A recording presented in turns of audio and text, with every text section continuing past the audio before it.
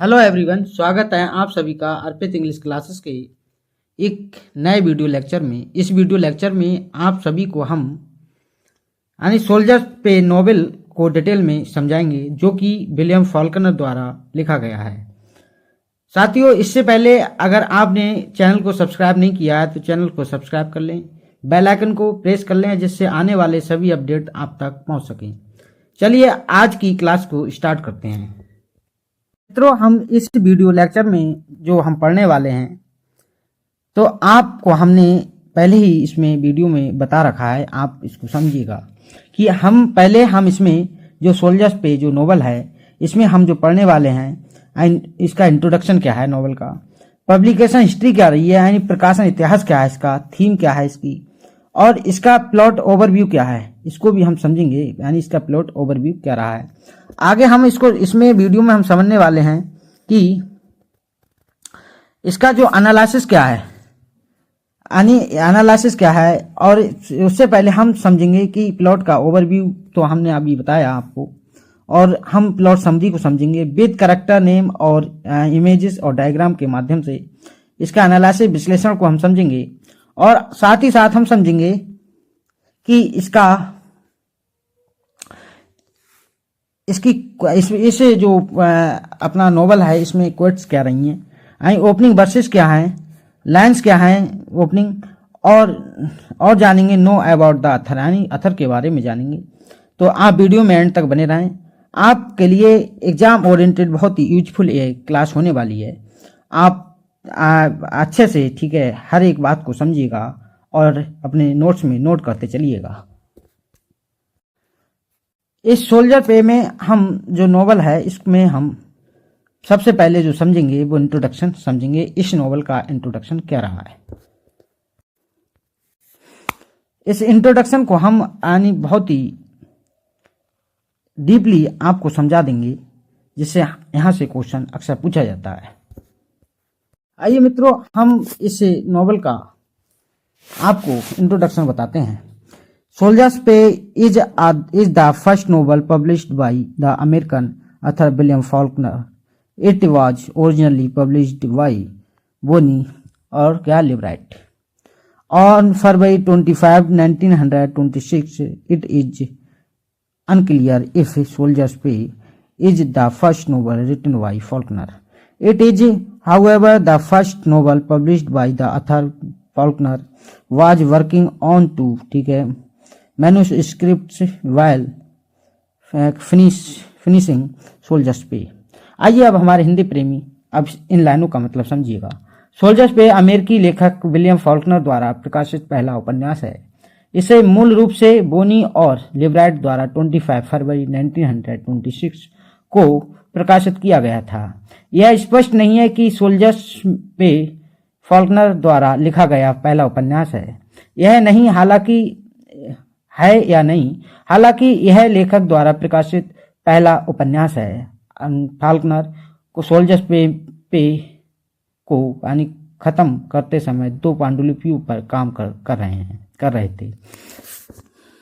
आइए मित्रों, अब हम पब्लिकेशन हिस्ट्री को आपको डिटेल में बताते हैं। पब्लिकेशन हिस्ट्री बोले तो प्रकाशन इतिहास, यानी यहाँ पर जो नोवेल है, यानी जो सोल्जर्स पे, इसमें यानी किसका योगदान रहा है और किसकी हेल्प रही है, किसका सपोर्ट रहा है, उन सभी बातों को हम आपको बताएंगे, और वो सभी नाम आपके सामने हम बारी बारी से बताते चलेंगे। चलिएगा, अब हम आपको यानी पब्लिकेशन हिस्ट्री को समझाते हैं। क्या विलियम फॉल्कनर अमेरिकी लेखक, क्या शेरवुड, जो शेरवुड और एंडरसन एक ही नेम है। शेरवुड जो एंडरसन है के मित्र थे और 1920 के दशक के न्यू ऑरलियंस में उनके साहित्यिक समूह के सदस्य थे। कहानी के अनुसार एंडरसन ही थे जो सोल्जर्स पे पांडुलिपि को अपने प्रकाशन को भेजने के लिए सहमत हुए थे, बशर्ते एंडरसन को इसे खुद पढ़ना ना पड़े। फॉल्कनर के आजीवन मित्र जो थे वो फिलिस्टोन थे। आजीवन जो मित्र रहे हैं वो क्या है, फिलिस्टोन है। यानी फिलिस्टोन द्वारा यानी क्या, ग्लेन ओ कैरी को 1950 में लिखे गए पत्र में स्टोन ने स्वीकार किया कि एंडरसन ही थे जिन्होंने सोल्जर्स पे को प्रकाशित करवाने में महत्वपूर्ण भूमिका निभाई थी। हमारे द्वारा किए गए सभी प्रयासों के बावजूद मैं फाल्कनर को प्रकाशित करवाने में सक्षम नहीं था और शेरवुड एंडरसन ही वह व्यक्ति थे जिन्होंने प्रकाशन के मामले में उन्हें आगे बढ़ाया। आगे जो नाम दिया गया है यानी होरेस लिवराइट थे। इनका यानी यहाँ पर योगदान समझिएगा। क्या है, जो होरेस लिवराइट ने फाल्कनर को पांडुलिपि के लिए यानी $200 का भुगतान करने पर सहमति व्यक्त की, जिसका मूल जो शीर्षक था मेडे था। यानी बोनी और लिवराइट, यानी लिवराइट पहले ही नाम आ गया था, अब ये बोनी है। जैसा कि हमने इंट्रोडक्शन में बोनी और लिवराइट का नाम लिया था और बताया था। यानी जो बोनी जो थे एवं लिवराइट के संपादक और प्रमुख टी.आर. स्मिथ संभवतः शीर्षक परिवर्तन के स्रोत हैं। टी.आर. स्मिथ और अपना बोनी और लिवराइट जो हैं वो संपादक अपने बोनी और लिवराइट हो गए और शीर्षक जो परिवर्तन के जो स्रोत है वो क्या है, टी.आर. स्मिथ है। कह रहे हैं सोल्जर्स पे की पहली प्रिंट जो रन थी वो 2500 प्रतियों की थी, कॉपी की थी। कह रहे हैं उस समय के मानकों के अनुसार सोल्जर्स पे और फाल्कनर का दूसरा उपन्यास का जो नाम था वो अपना क्या है, मॉस्किटोज। दूसरा जो उपन्यास था वो मॉस्किटोज था। कह रहे हैं व्यावसायिक रूप से असफल रहे। इन दोनों उपन्यासों की शुरुआती रिलीज के बाद 1200 से ज्यादा प्रतियां नहीं बिकी। फाल्कनर को 1949 में साहित्य के लिए नोबेल पुरस्कार दिए जाने के बाद से सोल्जर्स पे छपता रहा है। पहले संस्करण की प्रतियां संग्रहकर्ताओं के बीच मूल्यवान हैं, जो अक्सर यानी $35,000 से ऊपर बिकती हैं।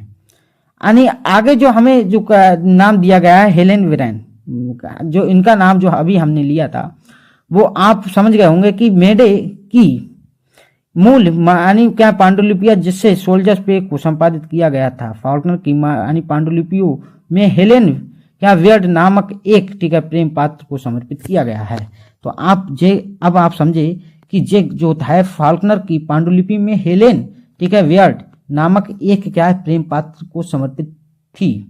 आगे जो नाम दिया गया इसको समझिएगा। हालांकि जो हॉलीवुड निर्माता जेरी यानी वॉल्ड यानी जो क्या है यानी हॉलीवुड निर्माता जेरी वॉल्ड ने एक बार सोल्जर्स पे को यानी फिल्म में बनाने पर विचार किया था।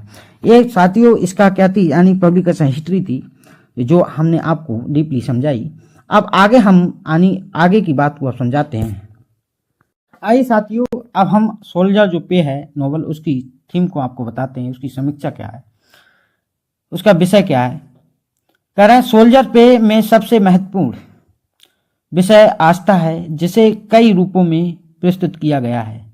कुछ पात्रों के लिए धर्म के माध्यम से उनकी आस्था बहाल होती है, दूसरों के लिए युद्ध के बाद जो कुछ बचता है उसमें वे विश्वास करते हैं और पुनर्निर्माण का प्रयास करते हैं। फाल्कनर के पहले उपन्यास के केंद्र में एक घायल सैनिक के घर वापसी है। शरीर और दिमाग में बुरी तरह से जख्मी और बहुत कुछ याद न कर पाने वाले डोनाल्ड मोहन को प्रथम विश्व युद्ध के अंत में एक साथी सैनिक और एक युवा युद्ध विधवा द्वारा घर लाया जाता है, जिनसे वे ट्रेन में दोस्त बनते हैं। और हालांकि मोहन का आगमन उसके गृहनगर के लिए एक सदमा है, क्योंकि उसे बहुत पहले ही मृत घोषित कर दिया गया था। उसकी चंचल युवा मंगेतर उसकी स्थिति पर अपनी घृणा और अपने कर्तव्य की भावना के बीच फंसी हुई है, जबकि मोहन के पिता पहले खुशी के साथ उसके अप्रत्याशित जीवित होने का स्वागत करते थे और फिर उसके गंभीर चोटों के अर्थ को दृढ़ता से नकारते हैं। जैसे जैसे घटनाएं सामने आती हैं, गठबंधन बनते हैं और टूटते हैं, बलिदान दिए जाते हैं और फाल्कनर अपनी हृदय विदारक कहानी को कुछ गहरे विषयों से जोड़ते हैं जो उनकी बाद की उत्कृष्ट कृतियों की पहचान बनते हैं। यह साथियों इसकी थीम थी। आइए अब हम आगे की बात को समझते हैं। आइए साथियों, अब हम इस नॉवल का आपको प्लॉट ओवरव्यू बताते हैं, यानी इसका ओवरव्यू क्या रहा है, इसको आप अच्छे से समझिएगा। यहाँ जो दिया गया है यानी लाइनों में आप अच्छे से यानी पढ़ लेना, हम आपको हिंदी में बता देते हैं, यानी नहीं तो वीडियो बहुत लंबी हो जाएगी। साथियों सुनिएगा।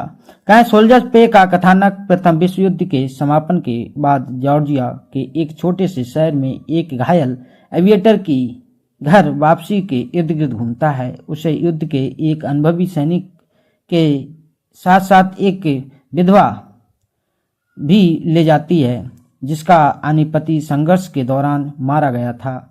एविएटर के खुद सिर में एक भयानक चोट लगी थी और वह लगभग हमेशा के लिए खामोश हो गया, साथ ही अंधा भी हो गया।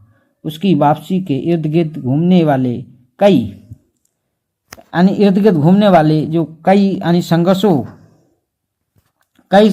संघर्षों में उसकी मंगेतर के साथ उसकी सगाई की स्थिति, विधवा की सगाई तोड़ने की इच्छा ताकि वह मरते हुए एक एविएटर से कुछ शादी कर सके, और एक मंगेतर के इर्द गिर्द रोमांटिक साजिश जो उसकी अनुपस्थिति में एविएटर के प्रति कम वफादार थी।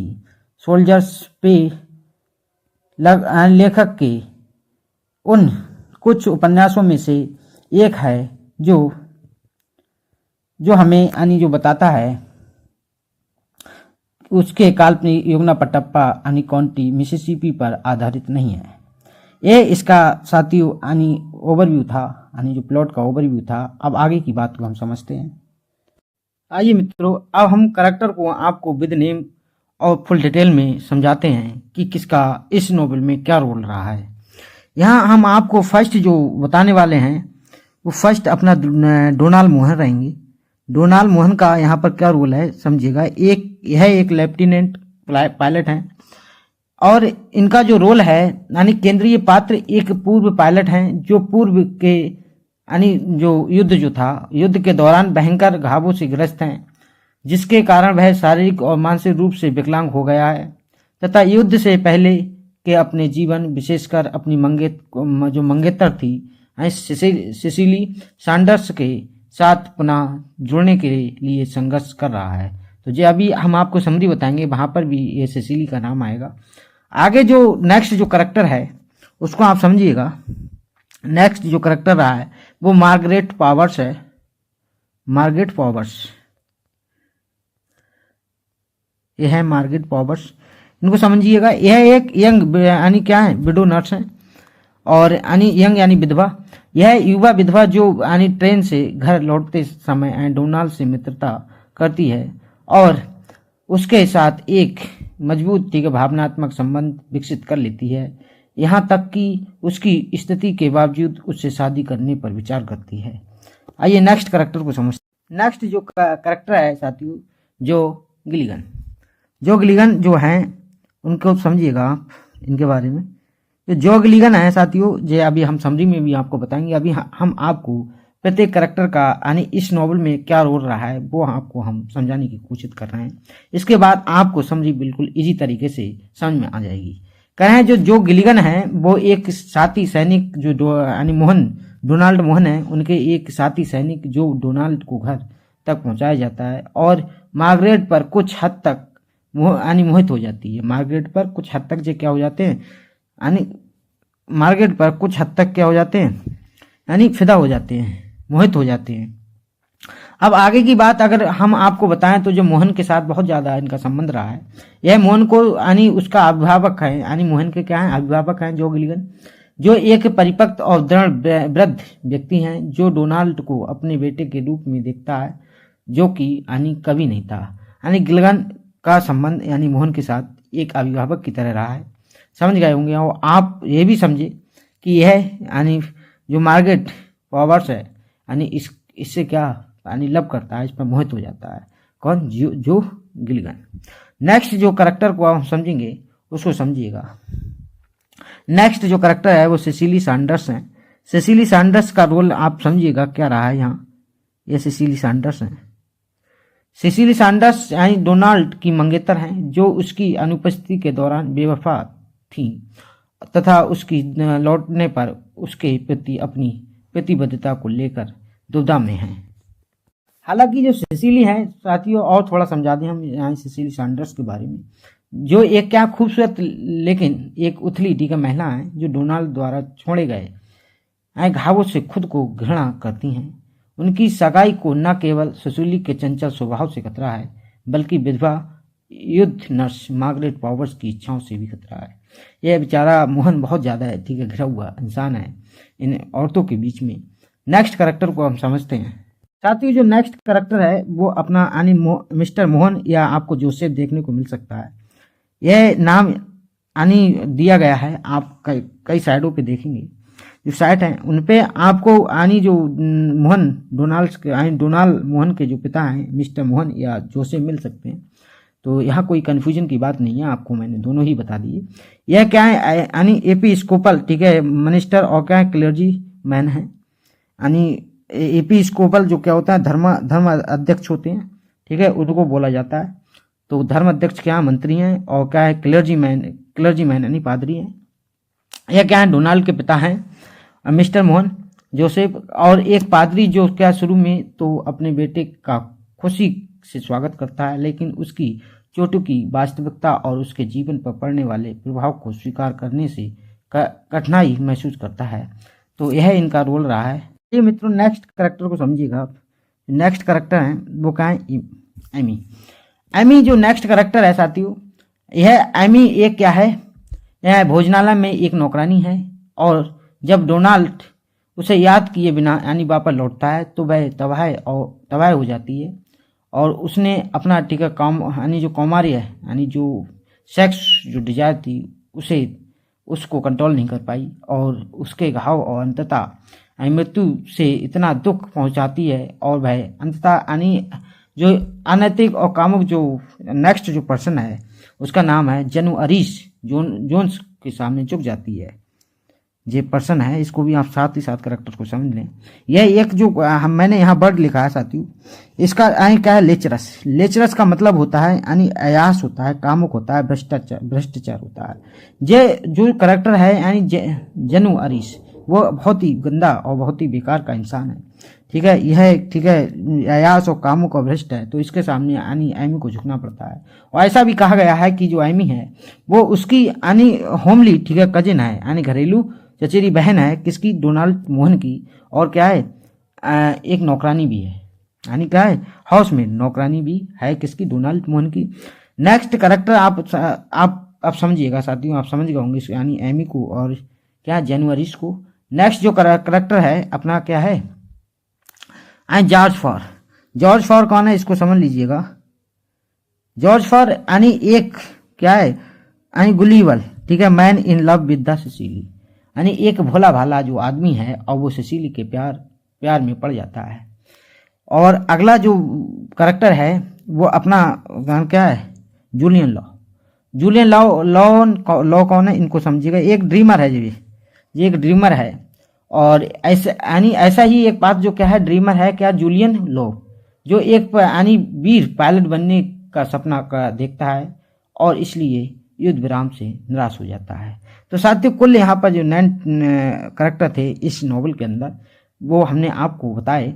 आइए थोड़ा सा अब हम इसके की पॉइंटों पर नज़र डालते हैं। इसके बाद यानी हम इसकी समरी को समझेंगे, एनालिसिस को बताएंगे हम आपको। इसके बाद इसकी क्वेट्स बताएंगे, अपनी लाइन बताएंगे, फिर थोड़ा हम अर्थार्थ के बारे में बताएंगे। आप वीडियो में एंड तक बने रहें। आपको यहाँ से अगर इस नॉवल से कोई भी क्वेश्चन आता है, चाहे वो नेट में हो, चाहे टीजीटी, पीजीटी, एनबीएस, केवीएस, कहीं कोई भी आईटीसी एग्जाम या लिटरेचर से रिलेटेड किसी एग्जाम में आता है, तो कोई भी क्वेश्चन आपको इस नॉवल से नहीं बचने वाला है। तो अब क्योंकि यह हमने क्लास पीवाईक्यू और जो प्रीवियस ईयर जो कंटेंट था उससे रिलेट करके बनाई है। आइए मित्रों हम अब इसको यानी की पॉइंट यानी अबाउट द प्लॉट यानी इस प्लॉट के की पॉइंट को आपको बताते हैं। कह रहे हैं जो फर्स्ट जो यहाँ पर दिया गया है द इम्पैक्ट ऑफ वॉर यानी युद्ध का प्रभाव। कह रहे हैं युद्ध का जो प्रभाव रहा है सुनिएगा। कह रहे हैं उपन्यास युद्ध के मनोवैज्ञानिक प्रभाव पर यानी केंद्रित है, विशेष रूप से डोनाल्ड पर जो अपनी चोटों के कारण समाज में पूरी तरह से घुल मिल नहीं पाता। अगला जो यानी दिया गया है सोशल क्या है, परसेप्शन, सोशल परसेप्शन है, सामाजिक धारणाएं। सामाजिक धारणाएं क्या रही हैं इनको समझिएगा आप। यानी यहाँ जो मतलब नॉवल में है, क्या है, डोनाल्ड के प्रकट होने पर शहर की प्रतिक्रियाएं शारीरिक रूप से यानी विकृत व्यक्ति के प्रति लोगों के भावना और असहजता को उजागर करती हैं। नेक्स्ट जो दिया गया है, मोरल क्या है, डेलीमास। मोरल डेलीमास, नैतिक दुविधाएं क्या रही हैं इनको आप समझिएगा। क्या है, डोनाल्ड के प्रति मार्गरेट का आकर्षण एक जटिल स्थिति उत्पन्न करता है, क्योंकि वह डोनाल्ड की देखभाल करने की इच्छा के साथ साथ अपने रोमांटिक भविष्य पर भी विचार करती है। नेक्स्ट जो यहाँ पॉइंट जो दिया गया है इसको आप समझिएगा आप। यहाँ यानी लॉस ऑफ का आइडेंटिटी, यानी पहचान की हानि क्या होती है। यानी इस प्लॉट में कह रहे हैं डोनाल्ड की स्मृति हानि और प्रभावी ढंग से संवाद करने में असमर्थता के कारण उन्हें अपनी पहचान खोने का एहसास हुआ। आइए अब साथियों हम इसकी समरी को समझते हैं। आइए मित्रों अब हम इस नॉवल की समरी को समझते हैं। इस नॉवल की जो समरी है वो क्या रही है। प्रथम विश्व युद्ध के दौरान ब्रिटिश वायुसेना में एक अमेरिकी लेफ्टिनेंट डोनाल्ड मोहन है। ये डोनाल्ड मोहन को देखिएगा साथियों, ये डोनाल्ड मोहन है। इन डोनाल्ड मोहन पे ही यानी कहानी टिकी हुई है साथियों। ये डोनाल्ड मोहन को अस्पताल से छुट्टी दे दी गई, जहां उनके सिर पर गंभीर चोट के लिए इलाज किया गया था और वे जॉर्जिया के लिए अपने घर चले गए। घाव एक भयानक निशान छोड़ देता है और स्मृति हानि और बाद में अंधेपन और बहरेपन का कारण बनता है। उनकी जो बीमारी थी, न्यूयॉर्क से ट्रेन में उन्हें जो गिलिगन मिलते हैं। ये जो गिलिगन है यही मिलते हैं। और फिर जो गिलिगन के बाद जो गिलिगन जो था एक अजीब और मिलनसार और लापरवाह पूर्व सैनिक था। जैसा कि हमने आपको करैक्टर में जो बताया था, जो था उसका एक अभिभावक था और जो एक क्या परिपक्व और दृढ़ वृद्ध व्यक्ति था, जो डोनाल्ड को अपने बेटे के रूप में देखता था, जो कि उसका कभी नहीं था। आगे की बात को हम आपको बताते हैं। करें और लापरवाह पूर्व सैनिक था और मार्गरेट पावर्स मिलती हैं। ये मार्गरेट पावर्स जो हैं, मार्गरेट पावर्स का रोल जो है यानी एक आकर्षक यानी युवा विधवा जिसका पति यानी युद्ध जो था यानी रोम में जो युद्ध हुआ था उसमें यानी मारा गया था और मारा गया था और सहायता मिली और मार्गरेट मरते हुए यानी अमानवीय डोनाल्ड के प्रति अजीब तरह से यानी आकर्षित होती है। किसके प्रति? डोनाल्ड के प्रति मार्गरेट अजीब तरीके से क्या होती है, आकर्षित हो जाती है इसके प्रति। अब आगे क्या होता है, उसके साथ घर जाने का फैसला करती है। किसके साथ? मोहन के साथ। कौन? मार्गरेट।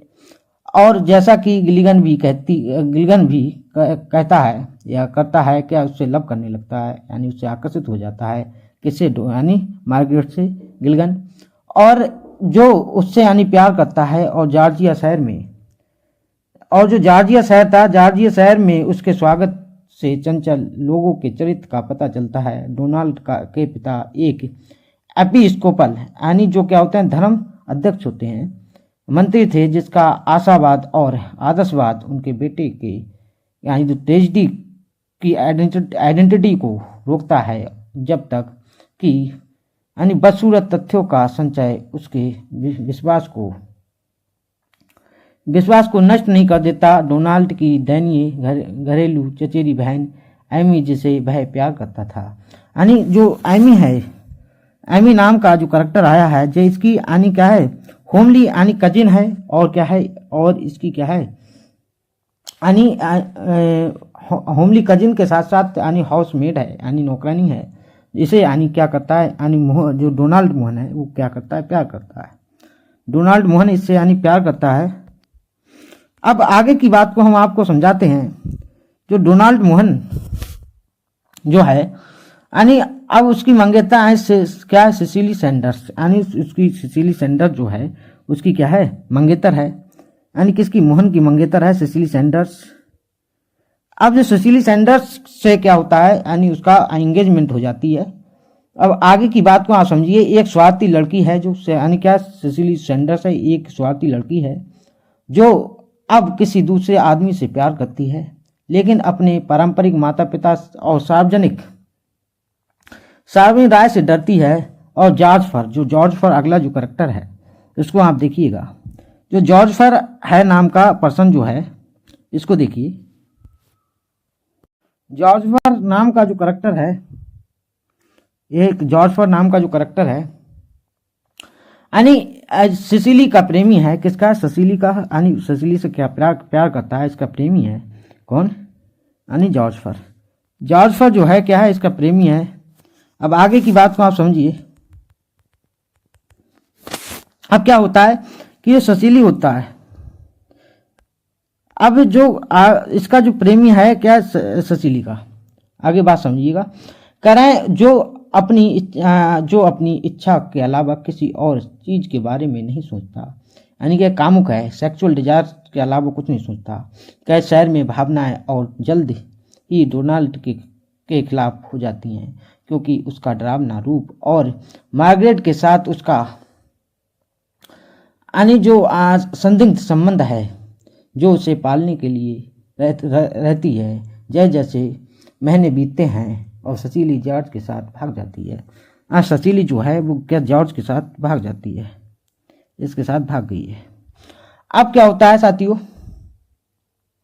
और गिलिगन ठीक है अच्छे स्वभाव से उसके साथ रहती है, और क्या बावजूद उसके मार्गरेट उसके प्रस्तावों को अस्वीकार कर देती है, और डोनाल्ड से उसकी शादी हो जाती है। अब फिर क्या होती है, डोनाल्ड से इसकी शादी हो जाती है, सिसिली की यानी इससे क्या हो जाती है, शादी हो जाती है। अब आगे क्या है, प्यूट एविएटर अंधता मर जाता है। जो एविएटर है, जो लेफ्टिनेंट है, जो पायलट है, मोहन, डोनाल्ड मोहन, इसकी क्या हो जाती है, मृत्यु हो जाती है। आगे यानी मार्गरेट गिलिगन को एक बार फिर से अस्वीकार करते हुए चली जाती है, जो कुछ समय के लिए बड़े मोहन के साथ रहती है। बड़े मोहन यानी इसके फादर बाद में अपनी परीक्षा के परिणाम स्वरूप एक बदला हुआ आदमी है। कौन जानता है कि शायद जब हम मरेंगे तो हमें कहीं जाने या कुछ भी करने की आवश्यकता नहीं होगी, यह स्वर्ग होगा। साथियों, इन लाइनों का मतलब बहुत प्यारा था।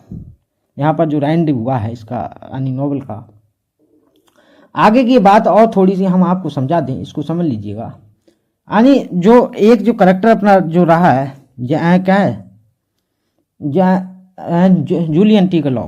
जूलियन लॉव को समझ लीजिएगा। इनका क्या काम था, जो एक वीर पायलट बनने का सपना देखता है और इसलिए युद्ध विराम से निराश हो जाता है। नेक्स्ट जो करेक्टर हमारा बचा हुआ है, इसको आप देख लीजिएगा। ये जो क्या है, यानी मिस्टर जॉन और जोसेफ जो नाम है, ये क्या है, फादर हैं किसके, यानी ये फादर हैं यानी इसके डोनाल्ड मोहन के। नेक्स्ट करेक्टर आप और देख लीजिएगा जो बचा हुआ है, जेनु अरीस जो हैं, ठीक है, जेनु अरीस जो हैं, यह क्या है, इसके यानी जेनु अरीस क्या है, एक, ठीक है, लेचरस, ठीक है, और अयास कामुक भ्रष्ट क्या है, पर्सन है ये। और साथियों, इस करेक्टर को आप देख लीजिएगा, इसको, ये एक भोला वाला ड्रीमर है। और आपको मैंने बताया जैसा कि जो एक वीर पायलट बनने का सपना देखता है और इसलिए युद्ध विराम में निराश हो जाता है। कौन, जूलियन लॉ। और ये आप समझ गए, एक कामुक व्यक्ति है, जेनु अरीस जोन्स के सामने झुक जाता है, यानी क्या है, कामुक व्यक्ति है और भ्रष्ट अयास है। तो आप जो नए कैरेक्टर की समरी को आप अच्छे से समझ गए होंगे। साथियों, जो लाइनों का अभी हमने आपको मतलब बताया, आप अच्छे से उनको समझिएगा। आइए साथियों, अब हम इस नॉवल का एनालिसिस करेंगे, यानी इसमें जो विश्लेषण क्या रहा है एंड में, समझिएगा। यानी जो सोल्जर्स पे एक विशिष्ट यानी खोई हुई पीढ़ी का उपन्यास है, जिसमें विलियम फॉल्कनर ने प्रथम विश्व युद्ध के बाद जॉर्जिया के चार्ल्स टाउन के एक काल्पनिक शहर के लोगों का चित्रण किया है। उपन्यास के अधिकांश पात्र भ्रम की बीमारी में फंसे हुए हैं, एक प्रीत होते हैं और उसमें अलगाव की भावना क्या प्रबल होती है। तो एनालिसिस में थोड़ा और समझिएगा, यहाँ इंग्लिश में लिखा हुआ है और हिंदी में हम आपको बताते हैं, इसका ट्रांसलेशन करते हैं। कहें उपन्यास के आगे बढ़ने के साथ ही पारस्परिक संबंधों का जाल बढ़ता है और बदलता रहता है। इसलिए मैं एक बार फिर से संक्षिप्त विवरण या विश्लेषण दूंगा कि डोनाल्ड की सगाई सेसिली से होती है, जो हर आदमी से दिलचस्पी लेती है लेकिन उसे छोड़कर और अंततः भाग जाती है और जॉर्ज के साथ भाग जाती है। अपने घावों के बावजूद डोनाल्ड मार्गरेट और जो एमी जो है की चाहत में रहता है और अपनी मृत्यु से पहले वह मार्गरेट से शादी कर लेता है।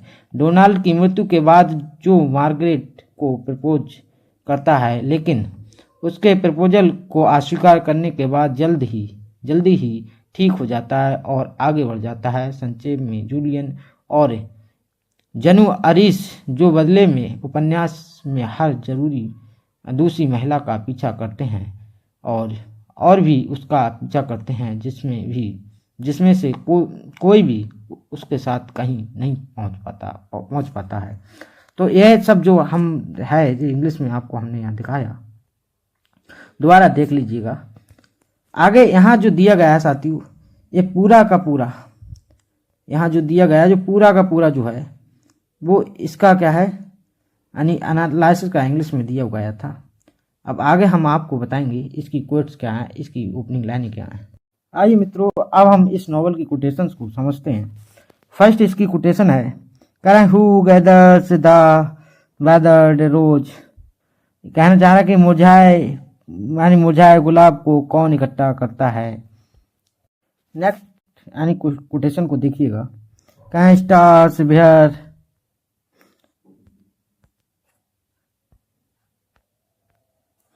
करें स्टार्स बर golden unicorns nighting unhurt through blue meadows. कहें तारे नीले घास के मैदानों में अनसुनी हिनाती हुई सुनहरी गेंदों की तरह थे। नेक्स्ट देखिएगा,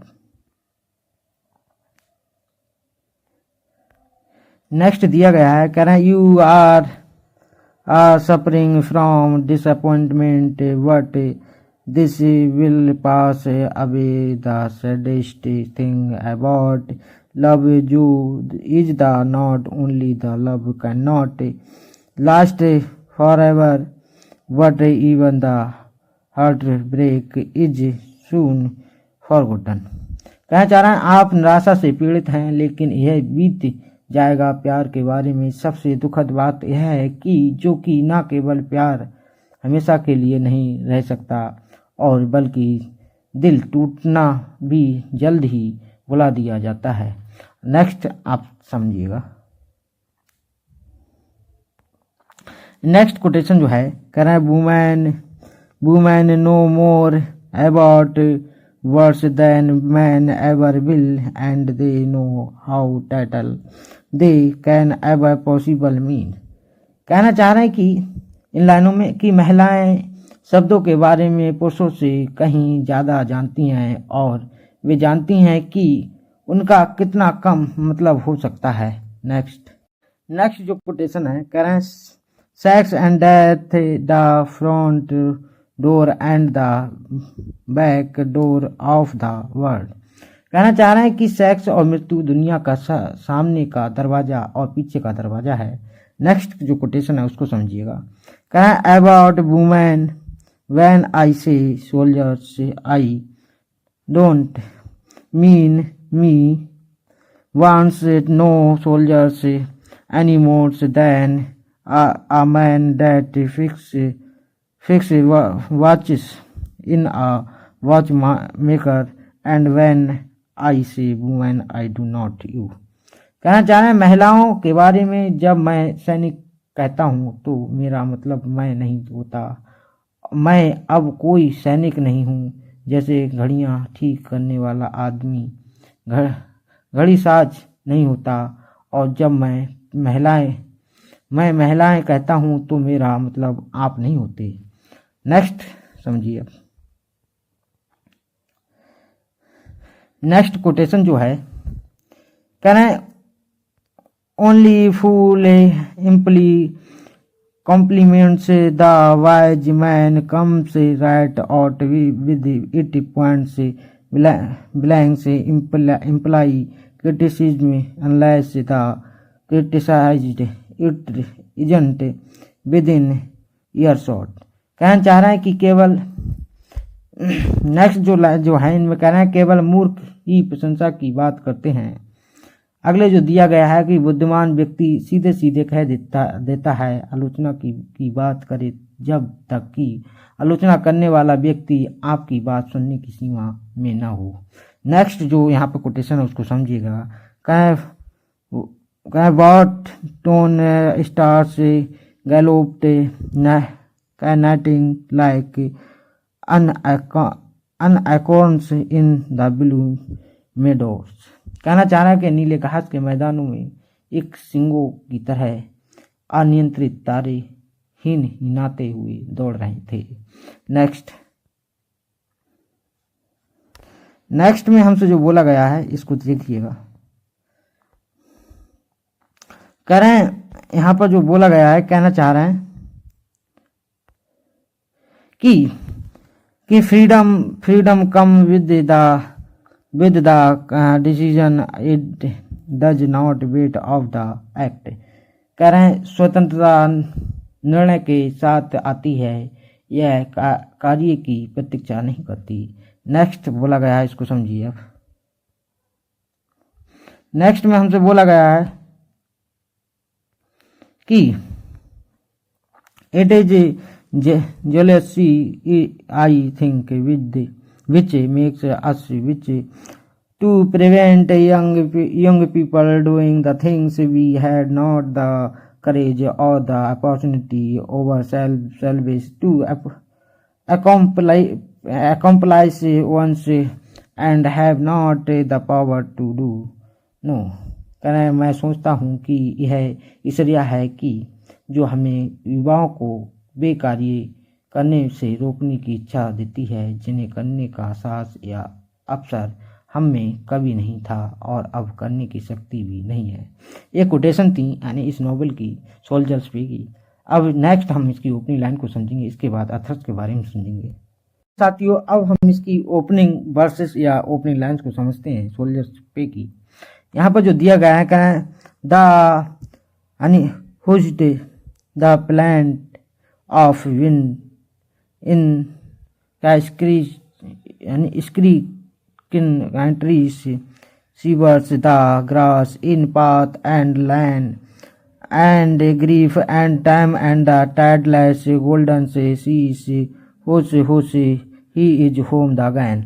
कहे पीड़ित वृक्षों में हवा की शांत वाणी पत्र और गली की घास को कांपती है और दुख और समय जुहार रहते यानी सुनहरे समुद्र हैं, चुपचाप वह फिर से घर आ गया।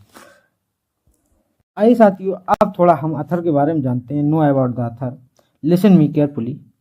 विलियम जो इनका जो नाम है विलियम कुर्थबर्ट फाल्कनर, इनका जो नाम अगर फुल नाम है जो वो क्या है, विलियम कुर्थबर्ट फाल्कनर एक अमेरिकी लेखक थे। उन्हें अपने उपन्यासों और लघु कथाओं के लिए जाना जाता था जो काल्पनिक और योगनापट्टापा काउंटी आंधी मिसिसिपी में सेट है, जो क्या है लाफाएट टिका काउंटी का एक विकल्प है, जहां उन्होंने अपना अधिकांश जीवन बिताया। नोबल यानी पुरस्कार विजेता फाल्कनर अमेरिकी साहित्य के सबसे प्रसिद्ध लेखकों में से एक हैं और अक्सर उन्हें दक्षिणी साहित्य का सबसे बड़ा लेखक माना जाता है। फाल्कनर का जन्म न्यू अल्वानी मिसिसिपी में हुआ था और उनका पालन पोषण ऑक्सफोर्ड मिसिसिपी में हुआ था।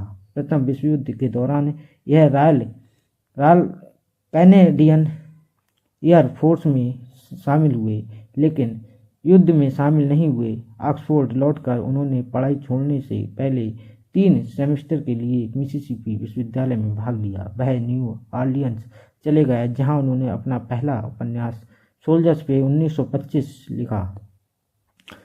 वह ऑक्सफोर्ड वापस गए और सार्टो रिस 1927 लिखा, जो उनका पहला काम था जो काल्पनिक योगनापट्टाफा काउंटी में सेट था। 1929 में उन्होंने the sound and the fury प्रकाशित की।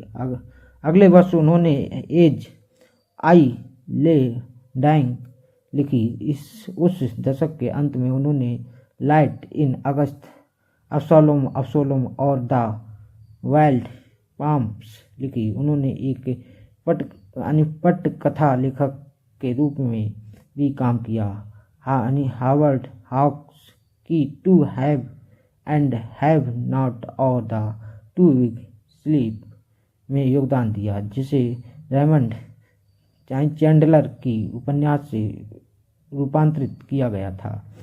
अर्नेस्ट हेमिंगवे के उपन्यास से रूपांतरित पूर्व फिल्म 2 नोबेल पुरस्कार विजेता द्वारा योगदान वाला एकमात्र फिल्म है।